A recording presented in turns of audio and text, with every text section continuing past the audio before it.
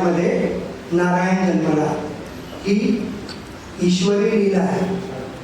त्याचे पुढे आपल्याला त्याचे पडसाद दिसतात त्यांच्या कार्यामध्ये, पण रामनवमीचाच जन्म हे फार महत्वाचं आहे. शुद्ध बीजापोटी फळे रसाळ गोमटी, वचन तुकोबांचं आहे, पण ते सगळ्या संतांना लागू पडतं. तुकाराम महाराजांच्या कमी कमी 15 ते 20 पिढ्या आधी वारी करत होत्या, विठ्ठलाच्या भक्तीमध्ये होत्या, आणि त्यामुळे तुकाराम महाराजांचा जन्म झाला. समर्थांच्या कमीत कमी 20 ते 25 पिढ्या रामाच्या आणि सूर्याच्या उपासनेमध्ये रममाण होत्या. त्या सगळ्या पिढ्यांच्या उपासनेचं फळ म्हणून 2 पुत्र जन्माला आले. एक गंगाधर सूर्याच्या कृपेने आणि दुसरा नारायण रामाच्या कृपेने. शुद्ध बीजापोटी फळे रसाळ गोमटी. मागच्या पिढीतून पुढच्या पिढी, त्याच्या पुढच्या पिढी असे संस्कार हे पाठवले जातात. याला म्हणायचं शुद्ध बीज. 52% गुण अनुवंशात येतात हे मेंडेल महाराजांनी आपल्याला सांगितलं. पण शुद्ध बीजापोटी फळे रसाळ गोमटी हे तुकोबांनी सांगितलं. आपल्याला तुकोबा माहिती आहे, मेंडेल माहिती आहे, कारण गाथा कधी वाचायची हेच आपण अजून ठरवलेलं नाही. अणुपासून ब्रह्मांडा एवढा होत जात असे समर्थ रामदास म्हणतात. अणु रेणू होनिया थोपडा तुका आकाशा एवढा, असं तुकाराम महाराज म्हणतात.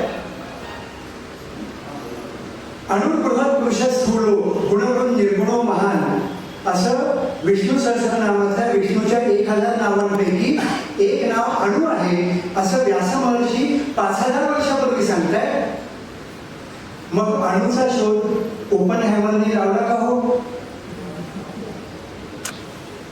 फळ झाडावरून पडतं, गुरुत्वाकर्षणाचा सिद्धांत न्यूटन महाराजांनी लावला. आम्ही मान्य केलं, कारण आपली शिक्षण पद्धतीच ती आहे. न्यूटन साहेब जन्माला येण्यापूर्वी पण फळ खालीच पडत होतं. ते गेलेत वरती तरी फळ खालीच पडत आहे. अणु, रेणू, पदार्थ, गुरुत्वाकर्षण याच्याविषयी आपल्या ऋषी मुनींनी कितीतरी आधी लिहून ठेवलेलं आहे. आपल्याला माहित नाही ते कणाद ऋषी माहिती आहे. मग गुरुत्वाकर्षणाचा शोध कोणी लावला नक्की? सृष्टीच्या परमेश्वराच्या मनात नियमांचा शोध लावून मानवाच्या कल्याणासाठी जे वापर करतात त्याला शास्त्रज्ञ असं म्हणतात. आणि ज्यांनी हे नियम निर्माण केले तो परमेश्वर मी पाहिला असं जे म्हणतात त्यांना संत असं म्हणतात. कोण श्रेष्ठ? ज्याचं त्यांनी ठरवलं. शुद्ध बीजापोटी फळे रसाळ गोमटी. नारायणाची 5व्या वर्षी मुंज होते. त्याच्या आधी सगळं शिक्षण संपलेलं आहे. Junior senior KG education over. सगळीच मुलं लहानपणी खोडकर असतात, तरुणपणी जी खोडकर असतात त्याला गुंड म्हणतात. 12व्या वर्षी या नारायणाचं लग्न ठरतं. इथे ते गुंड नाही, माफ करा, विश्वासाला गुंड हे अतिशय सभ्य आणि सज्जन व्यवस्था इथे आहे.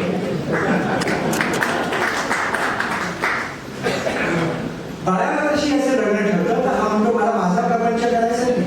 आई चिंता करीतो विश्वाची. 12व्या वर्षाच्या मुलाची काय प्रगल्भता आहे बघा. चिंता करीतो विश्वाची. लग्न मंडपाच्या भिंतीवरून पळून जाऊ. गोदावरी नदीच्या काठाने नाशिक जवळ 500 किलोमीटरचं अंतर चालून आलेलं आहे. आणि तिथे हा 12 वर्षाचा मुलगा तपश्चर्याचं ठिकाण आपलं ठरवतो. गोदावरी आणि नंदिनी अशा 2 नद्यांचा संगम आहे. जिथे 2 नद्या जुळतात त्याला प्रयाग असं म्हणतात. तर त्या ठिकाणी आपली तपश्चर्या करायची असं ठरवतो. आदर्श दिनचर्या कशी असावी हे या नारायणाकडून आपण शिकायचंय. तो 12 वर्षाचा, आपण 65 वर्षाचे. नारायण पहाटे ब्राह्ममुहूर्तावर उठतो, म्हणजे 2:30-3 वाजता उठतो. सलग 2 तास व्यायाम, 1000 जोड, 1000 बैठका. 5:30 वाजता नदीमध्ये शिरतो. सूर्याला ओंजळभर पाणी अर्पण करतो त्याला अर्घ्य म्हणतात. गायत्री मंत्राचं पुरस्मरण पुढचे 3 तास, त्याच्या पुढचे 3 तास श्रीराम जय राम जय जय राम. 6 तास कमरे एवढ्या पाण्यात उभा आहे. मासे चावतायत, साप चावतायत, दगडगोटे चालतायत, भान नाही, कारण मन एकाग्र आहे.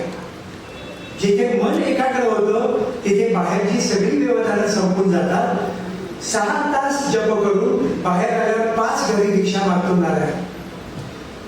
मिळालेल्या अन्नाचे 5 वाटे करतो. गोमातेसाठी, भूमातेसाठी, अतिथी, अभ्यागत, अचानक आलेला पाहुणा, बोलावलेला पाहुणा, असे 2 प्रकार आहेत. आपल्याला दोन्ही आवडत नाही. आणि उरलेला 1 वाटा फक्त स्वतःसाठी. काय शिकवतो नारायण 12 वर्षाचा? मला तर 1 लाख रुपये मिळाले तर 20 लाख रुपयावर, 20,000 रुपयावर माझा अधिकार.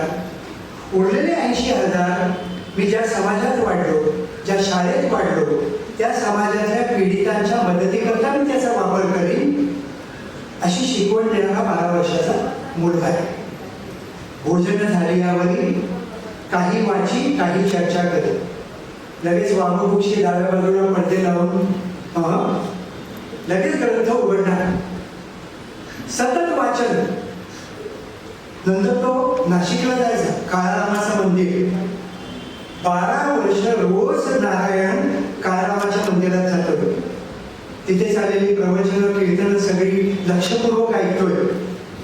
तिकडच्या कीर्तनकारांना, पंडितांना शंका विचारतोय. मला तुमचा ग्रंथ पाहायला द्याल का? मी तुम्हाला परत आणून देईन. त्यावेळी हस्तलिखित एवढं एकच अभ्यासाचं साधन होतं आणि एक ग्रंथ लिहायला 2-2 महिने लागायचे. ते गुरुजी त्या मुलाचं कौतुक वाटायचं म्हणून त्याच्या हातात तो ग्रंथ देत असत. रात्री घरी येऊन पणतीच्या प्रकाशामध्ये त्या ग्रंथाचं वाचन आणि लिखाण. गुरुगीता, भगवद्गीता, पांडवगीता, ब्रह्मसूत्र, उपनिषद, रामायण, महाभारत सगळे ग्रंथ 12 ते 24 तास. सकाळी नामस्मरण साधना, रात्री लिखाण, त्याच्या आधी व्यायाम. हे सगळे ग्रंथ लिहून झाले त्याचे. वाल्मिकी रामायण 24,000 संस्कृत श्लोकांचा ग्रंथ आहे. तो आजही धुळ्याला समर्थ वाग्देवता मंदिरात समर्थांचं मूळ हस्ताक्षर आपल्याला पाहायला उपलब्ध आहे. आता त्याच्या प्रिंट कॉपीज पण निघाल्या. नारायण काय म्हणतो? बालके बाळबोध अक्षर घडसून करावे सुंदर, जे देखताच चतुर समाधान पावती. शिक्षकांनी म्हटलं पाहिजे की काय अक्षर आहे. परसोरेसरी ते दिसत नाही, पण त्यांचा अक्षर हा आपल्या समृद्धीसाठी मोठा वस्तुपाठ होतो. बालके बाळबोध अक्षर घडसून करावे सुंदर, जे देखताच चतुर समाधान पावती. पहिले अक्षर लिहिले, ग्रंथ संपे तो पाहत गेले, एका टाकेची लिहिले ऐसे वाटे. अभ्यासून प्रकटावे, नातरी झाकून असावे, प्रकट होऊन नासावे हे बरे नव्हे. अभ्यास केल्याशिवाय परीक्षा देऊ नका. सोपी भाषा आहे. हा बालक सांगतो, आपण जमेल तेवढं शिकायचं. 12 वर्ष तपश्चर्या आहे. रामरायाचं दर्शन नाही. अत्यंत आर्ततेने समर्थांनी म्हणजे नारायणाने साथ घातली रामरायाला आणि करुणाष्टकांचा जन्म झाला. अनुदिनी अनुतापे तापलो रामराया, तुझं विण क्षीण होतो धावरे धावा आता. भजन रहित रामा सर्वही जन्म गेला, स्वजन जन धनाचा व्यर्थ म्या स्वार्थ केला. 12 वर्ष भजनात घालवली आणि म्हणतो भजन रहित रामा सर्वही जन्म गेला. आणि आपण 3 जपमाळा ओढल्या तर अजून फायदा दिसेना म्हणून म्हणतो परमेश्वराला. 23-24 प्रकारची करुणाष्टक लिहिली, हे सगळ्यांना माहिती म्हणून उल्लेख. आणि रामराय प्रत्यक्ष प्रकट झाले, दर्शन झालं आणि सांगितलं 24 वर्षे रक्षिले काय. आता तू 24 वर्षाचा झालायस.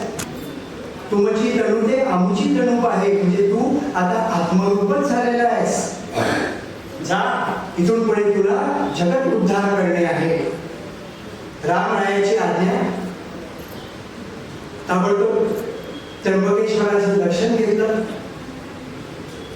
नाशिकच्या काळारामाचं दर्शन घेतलं आणि निघाला भारत परिक्रमेसाठी. 9 वर्षाचा उद्धव नावाचा छोटा शिष्य. तो पाया पडतो, स्वामी मला सोडून जाऊ नका, तुम्ही गेलात तर कशाची आराधना करू, कशाची उपासना करू. ते म्हणजे नाही, तुला इथेच थांबायचंय. जे जे आपण असे ठावे ते ते इतराशी शिकवावे, शहाणे करून सोडावे बहुत जन. उपासना, गाईच्या गोठ्यातून शेण आणलं, थापलं, एक मारुती बनवला, त्याला शेंदूर फसला, झाला गोमय मारुती. टाकली. पहिला मठ टाकली. पहिला मठापती उद्धव, वय वर्षे 9. लॉज ऑफ डिकम्पोजिशन इथे लागू पडत नाही.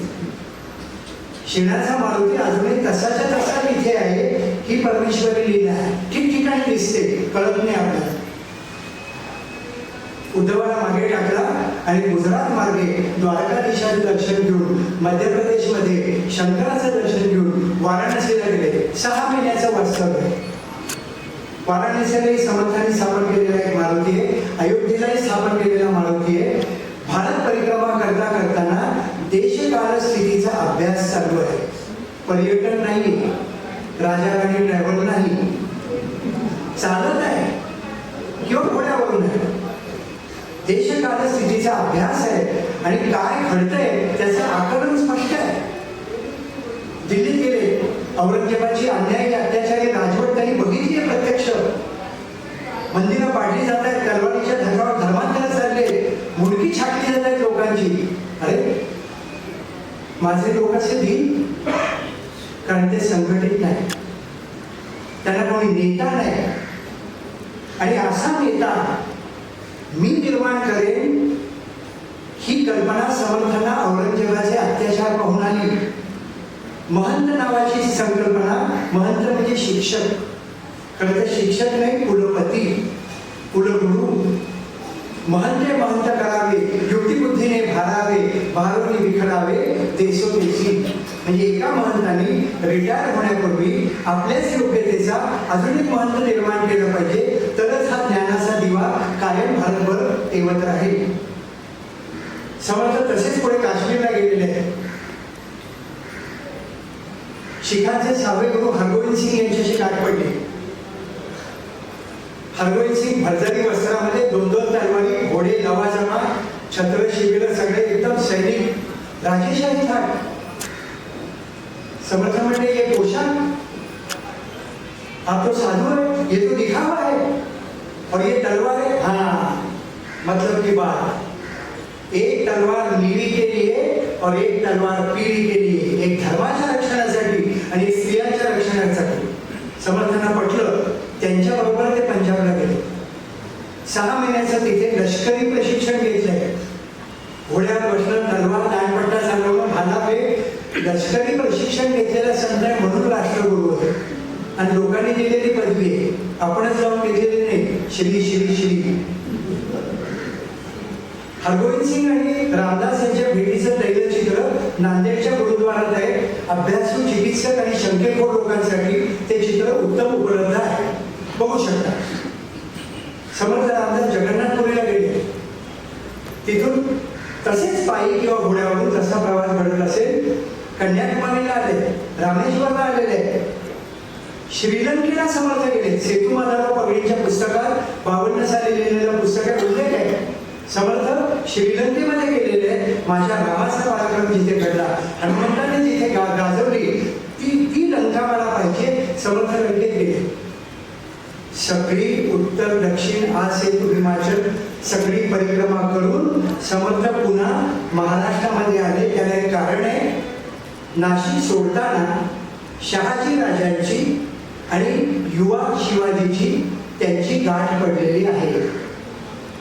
1630 शिवाजी महाराजांचा जन्म, 1608 समर्थांचा जन्म, 22 वर्षाचा अंतर आहे. 1632 मध्ये समर्थ रामदास भारत परिक्रमेला निघाले. नाशिकला गाठ पडलेले आणि शहाजी राजांना त्यांनी वचन दिले की परत येईल ते तुमच्या जहागिरीमध्येच धर्माच्या प्रचारासाठी येईल. आले परत. महाबळेश्वर नावाच्या गावी आले. अतिबळेश्वर आणि महाबळेश्वर अशी पांडवकालीन मंदिर आहे, त्याच्यावरून ते नाव महाबळेश्वर आहे. आपल्याला फक्त स्ट्रॉबेरी महाबळेश्वर त्याला ब्रह्मारण्य म्हणत असत. अनेक ऋषीमुनींनी तिथे तपश्चर्या केलेली आहे. महाबळेश्वरला आले आणि पंचगंगांचा जिथे उगम आहे, कृष्णा, कोयना, वेण्णा, सावित्री, सरस्वती, 5 नद्यांचा जिथे उगम आहे, त्याच्यावर पहिला मारुती स्थापन केला. दिवाकर आणि दिनकर देशपांडे नावाचे कोकणातून आलेले 2 युवक त्यांनी ते मठपती म्हणून नेमले. भारत परिक्रमेहून आल्यानंतरचा पहिला मठ हा महाबळेश्वरचा मठ आहे. तिथून प्रचार सुरू. विचार करा, साधनेसाठी समर्थ गोदावरी जाम गावाहून 500 किलोमीटर चालत चालत टाकळीपर्यंत आले, त्र्यंबकेश्वरापर्यंत. साधनेसाठी प्रवाहाच्या उलट्या दिशेने उगमापर्यंत आले आणि प्रचारासाठी मात्र कृष्णेच्या उगमापासून सुरुवात केली आणि कृष्णा वाहिली तसे समर्थ वाद गेले. महाराष्ट्र, कर्नाटक, आंध्र प्रदेश, जिथे जिथे कृष्णा गेली, कृष्णेच्या काठाने गेलेली आहे. जिथे जाती तिथे एक रामाचं मंदिर आणि एक हनुमंताचं मंदिर. औरंगजेब मंदिरं पाडतोय, हे मंदिर उभारत आहे. रामाचं मंदिर भक्तीचं प्रतीक आणि हनुमंताचं मंदिर शक्तीचं प्रतीक. भक्ती आणि शक्ती यांचा संगम झाल्याशिवाय काहीच घडू शकत नाही. शक्तीने मिळती राज्ये, युक्तीने यत्न होत असे. शक्ती युक्ती जय ठाई, तेथे श्रीमंत धावती. धकाधकीचा मामला कैसाकडे अशक्ताला, म्हणून शक्ताला नाना युक्ती सुचवित झाला. समर्थांनी राम मंदिर आणि हनुमान मंदिर जागोजागी स्थापलेले. हजारो मंदिरं रामाची आणि हनुमंताची. समर्थांनी आरत्या केलेल्या आहेत. तो काळ असा होता की शत्रू 5 ठिकाणाहून आक्रमण करतो. विजापूरची आदिलशाही, गोळकोंड्याची कुतुबशाही, बिदरची बरीदशाही, नगरची निजामशाही, दिल्लीची पातशाही, 5 आक्रमण महाराष्ट्रावर होत आहेत. समर्थांच्या आरत्या, तुकोबांचे अभंग, नामदेवाची गाथा, एकनाथांचं भागवत हे लोकांना एकत्र आणण्याचा प्रयत्न करतो. बारामतीजवळ मोरगाव नावाचं मंदिर आहे, गणपतीचं, अष्टविनायकांपैकी एक. तिथे जातात समर्थांना शब्द सोडले. सुख करता दुःख करता वार्ता विघ्नाची, नुडवी पूर्वी प्रेम कृपा जयाची. नीरा आणि लोणंद यांच्यामध्ये लवथळेश्वर नावाचं मंदिर आहे. त्याची कथा पण वेगळी आहे, पण मला वेळेची मर्यादा आहे. तिथे गेल्यानंतर समर्थांना नवतवती विक्राळा ब्रह्मांडी मारा, विषे कंठ काळा त्रिनेत्री ज्वाळा. शंकराची आरती, दुर्गे दुर्घट भारी तुझविण संसारी. समर्थांची आरती. समर्थांनी कृष्णेचीही आरती केली, कृष्णा नदीची आरती केली, रामाची आरती केली, कृष्णाची आरती केली, खंडोबाची आरती केली. सर्व देवदेवतांच्या आरत्या त्यांनी रचल्या आहेत. रामाची जी आरती आहे ती साफल्या निजवल्या कौसल्या माता, भूकन्या अनन्या मुनिमान्या सीमा. ही आरती आजही सज्जन करावर रोज म्हटली जाते. समर्थांचं कोमल वाचा देरे राम, विमल करणी देरे राम तुम्हाला माहितीच आहे. कल्याण करी रामराया हेही तुम्हाला माहितीच आहे. समर्थांनी रामावर अनेक काव्य लिहिलेली आहेत. या 5-5 शहरांची लढताना एकत्र काय आले लोकांना, लोक एकत्र का आले तर तुकोबांचे अभंग, समर्थांच्या आरत्या, नामदेवांची गाथा आणि युवा शिवाजी 300-400 लोकांना घेऊन गनिमी काव्याने रोज एक किल्ला जिंकत होता. रोज ही अतिशयोक्ती आहे, पण 50 वर्षाच्या आयुष्यात 300 किल्ले जिंकणं ही जगात कुठे घडलेली गोष्ट नाही. 2 हिमालयावरील उत्तुंग संत, एक अत्यंत शूर आणि धार्मिक राजा. होय, शिवाजी हा धार्मिक राजा होता. हे एकत्र आले म्हणून हिंदुस्थान परक्यांच्या गुलामीत पिचक पडला होता, पण हिंदवी स्वराज्य निर्माण झालं ते फक्त या 3 सह्याद्रीच्या उत्तुंग शिखरांमुळे. यात कोणीही कमी नाही, कोणीही उंच नाही. स्वतःच्या लायकीप्रमाणे आणि आकलेप्रमाणे त्यांना उच्च नीचे ठरवण्याचा प्रयत्न कृपया करू नये. समर्थांनी चाफळला रामाचं मंदिर निर्माण करायचं ठरवलं. तो काळ साधारणतः 1648च्या आसपासचा आहे. लोक वर्गणीतून रामाचं मंदिर, जसं आता विवेकानंद स्मारक एकनाथजी रानड्यांनी उभं केलेले तुम्हाला सर्वांना माहिती आहे, तसं त्या काळी समर्थांचा उपक्रम होता. पै आणि पै लोकांच्याकडून पैसे जमा करून राम मंदिर उभारले, भव्य राम मंदिर. मांड नदीच्या डोहामध्ये त्यांना मूर्ती सापडल्या. एक सूर्यनारायणाची मूर्ती आहे, रामरायाची मूर्ती आहे आणि देवीची मूर्ती आहे अंगलाई. अंगलाई देवी समर्थांनी सज्जनगडावर 1952 साली स्थापली आणि रामरायाची मूर्ती चाफळला सापडली. त्या मूर्तीच्या पुढेच एक मारुती आहे, हात जोडलेला, प्रचंड ताकद असूनही आपल्या मालकापुढे विनम्र असलेला, म्हणूनच आयुष्यामध्ये अतिशय यशस्वी झालेला दास मारुती आहे. आणि त्याच्या पाठीमागे, मंदिराच्या पाठीमागे जणू ते रक्षण करणारा बलाढ्य मूर्ती आहे. 7, 8, 10 फुटी मूर्ती आहे. मंदिर सुद्धा 50 फुटाचं आहे. तो आहे प्रताप मारुती. या प्रताप मारुतीला समोर पाहताच समर्थांना काव्य सोडलेलं आहे. सदराने उड्डाणी हुंकार बनली, करिडलवाला भूमंडळ सिंधू जळकरणी कडाकिले. ही आरती समर्थांना तिथे आठवलेली आहे, तिथे लिहिलेली आहे. भीमरूपी महारुद्रा वज्र हनुमान मारुती हे सुद्धा या प्रताप मारुतीच्या समोरच समर्थांनी काव्य लिहिलेलं आहे. समर्थांनी एकूण 11 मारुती स्थापन केले. सातारा जिल्ह्यात 7, सांगली जिल्ह्यात 2 आणि कोल्हापूर जिल्ह्यात 2.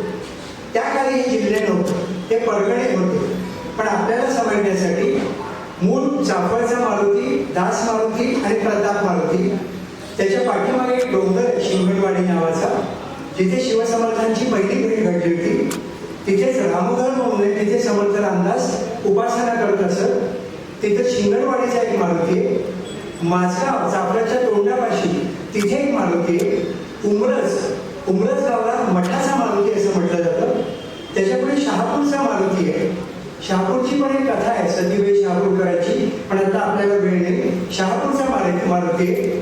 32 शिराळ्याला एक मारुती आहे, जिथे नागोबाची पंचमी साजरी केली जाते. मनपाडळे आणि पारगाव हे कोल्हापूर जिल्ह्यात आहे. मनपाडळे ज्योतिबाच्या पायथ्याशी आहे. असे एकंदरीत त्यांनी 11 मारुती स्थापन केले आणि या 11ही मारुतींना शिवाजी महाराजांकडून प्रत्येकी वर्षासन म्हणून पूजेचा निधी 11 गावं शिवाय जमीन अशी प्रत्येक मंदिराला शिवाजी महाराजांनी दिल्याची नोंद आहे. हे 11 मारुती हे नवसाला पावतात असं म्हणतात. आपण जागृत देवस्थान म्हणून, आणि त्यांना वारीचे मारुती असं म्हणतात. वारीचे मारुती 2 दिवसामध्ये तुम्ही सगळे मारुती बघून येऊ शकतात. त्याची पुष्कळशी मंदिरं चांगली आहे, काही कमी चांगली आहे, काही भग्न अवस्थेत आहेत. पण श्रद्धा जिथे असते तिथे फक्त देव समोर आपल्याला दिसतो, मंदिर दिसत नाही. श्रद्धापूर्वक ही वारी करण्याची हीच वेळ आहे. आपलं वय 65 आहे, पुढे चालता येणार नाही. तर समर्थांनी हे 11 मारुती स्थापन केले. चाफळचं राम मंदिर स्थापन केलं आणि रामनवमीचा उत्सव तिथे चालू केला. 1 महिना उत्सव, चैत्र शुद्ध प्रतिपदेपासून 1 महिनाभर उत्सव. त्यात हनुमान जयंती पण आली. हजारो लाखो लोक उत्सवाला यायला लागले. सगळ्यांचा शिधा युवा शिवाजीच देत असे बरं का तेव्हा. छत्रपती नव्हते झाले, पण सगळ्यांचा शिधा तिकडूनच यायचा. एके वर्षी शिधा यायला उशीर झाला. शिष्याने काळजी पडली, अरे बापरे लोक यायला लागले, आता काय करायचं. ते म्हणजे तुमचा उत्सव नाही ना, शांत राहा, त्याचा उत्सव आहे, तो काळजी घेईल. सगळे शिष्य शांत बसले, गुरु सांगितले तेच ऐकायचं. 400 वर्ष झाली याला, आताच्या शिष्यांबद्दल बोलत नाही. मुख्य सत्शिष्याचे लक्षण: सद्गुरु वचने विश्वास पूर्ण, अनन्य भावे शरण, या नाव सत्शिष्य. गुरु म्हणे ती पूर्व दिशा. गुरु कसे पाहिजे, शिष्य कसे पाहिजे. एक समाज आहे दासबोधामध्ये एकच उदाहरण दिलं. गुरु कसे पाहिजे ते पण लिहिलंय. शिष्यास न लावी ती साधन, न करवी ती इंद्रिय दमन, ऐसे गुरु अडक्याचे 3 मिळाले तरी त्याच्याकडे. 4 आण्याला 3 मिळतात, गल्लोगल्ली, टिंबटिंब कोचिंग क्लासेस. आपल्या सुदैवानी आपल्या शिक्षकांपैकी एकही अशा प्रकारचा शिक्षक नव्हता. म्हणून आपण एवढ्या मोठ्या संख्येने इथं आलेला मी शिक्षकांचे पुन्हा एकदा आभार मानतो.